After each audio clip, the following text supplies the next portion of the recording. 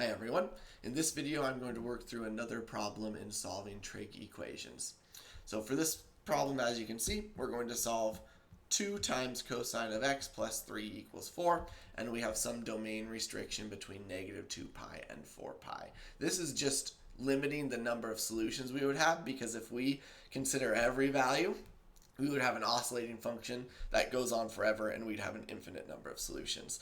So this restricts the x values I can choose, and in turn it restricts the number of times that this equation is true as we go through revolutions of the unit circle.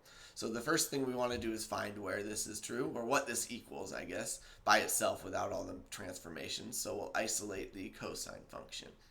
If you haven't, I'd recommend you pause the video at this time, try and work through the problem until you either reach a solution or hit some point that you're unsure of in where you proceed and go from. I think that would be the most beneficial right now for everyone. Alright, so what we're going to do first is solve for cosine of x. So 2 times cosine of x plus 3 equals 4 is our equation, and the domain we're not going to pay attention to yet. That's going to just determine after we make it one revolution around the unit circle. So first thing we'll do is subtract 3 from both sides. This goes away to 0, so we're left with 2 times cosine of x equals 1. Now divide by 2 on both sides. And this divides out to be 1, and we're left with cosine of x equals 1/2.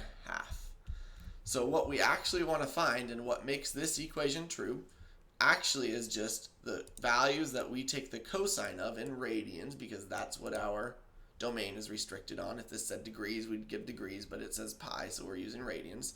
So what values of pi, or increments, we need to take the cosine of to get 1/2. So the way we're going to approach this first is we're just going to consider between 0 and 2 pi for our domain, because that's what a unit circle shows us. Notice this is untransformed, so we can use a unit circle to reference. So if we consider x values between 0 radians and 2 pi radians, we can use those answers to build the other solutions by considering what happens as we go to 4 pi or we go to negative 2 pi from this specific domain.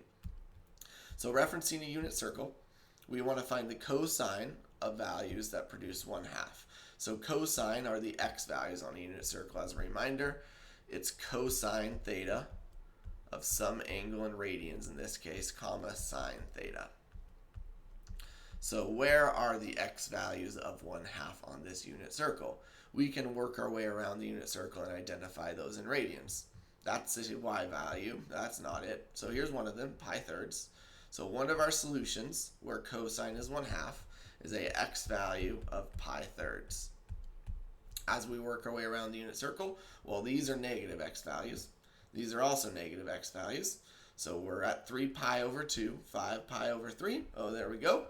And we shouldn't be surprised, because this is the same distance horizontally as pi thirds. So 5 pi thirds also has a x value of 1/2.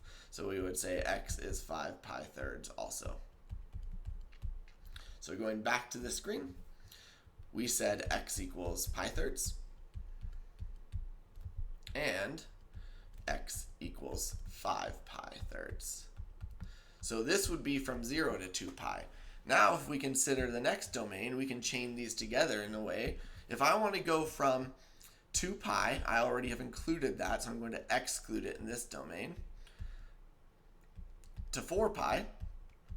Well, what's happening here is we're starting at 2 pi, which is actually 0 radians, and we're just working another oscillation around the unit circle. So if I want to add another rotation around the unit circle, or another period, if I know the period of this is 2 pi, I just add a period to these values, and that will produce my next set of solutions. So I can say the x value is also equal to pi thirds plus the period of 2 pi. And the x value is also equal to 5 pi thirds plus the period of 2 pi. I'm not adding 4 pi to this, because that would be outside of our domain. We don't use this to determine what values we add.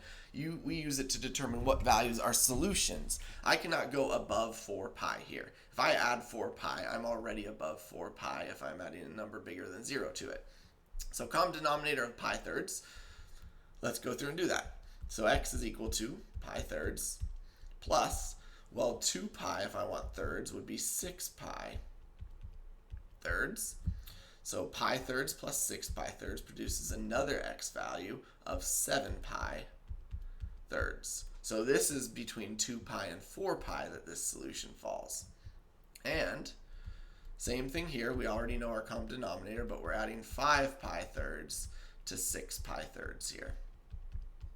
So 5 and 6 produce another x value of 11 pi thirds.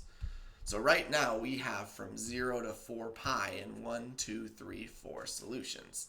Now we need to consider this value from negative 2 pi to 0.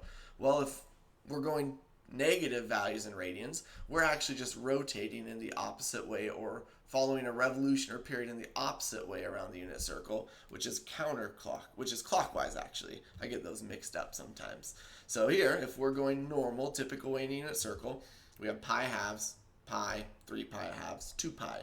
If we're going negative, we're starting here and we're rotating or going around the other way. So this would be negative pi halves, negative pi, negative 3 pi halves, negative 2 pi.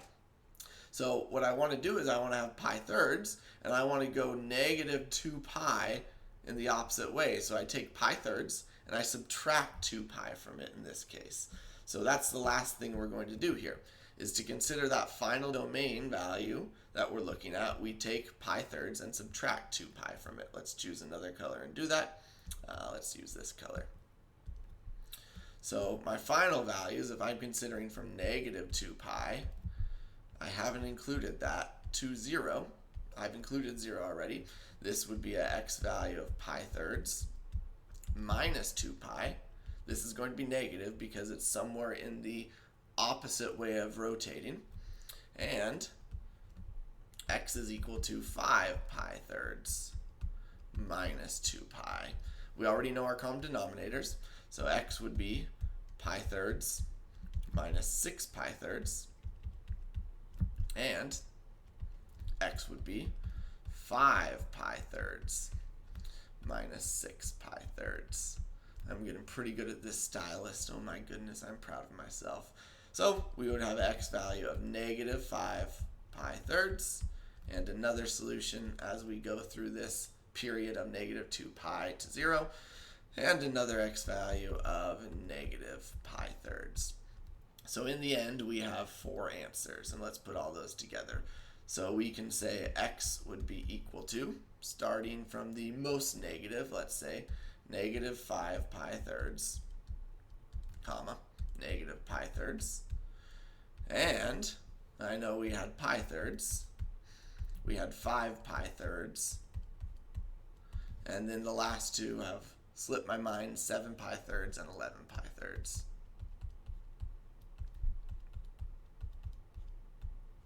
It's not a coincidence that these are in increments of 2 pi because we're adding the period over and over again, but we don't want to add 4 pi as a reminder because this is our domain restriction. We can't have values bigger than 4 pi. If I add 4 pi to any of these, they're going to be bigger, or any of the initial 2 values, they're going to be bigger.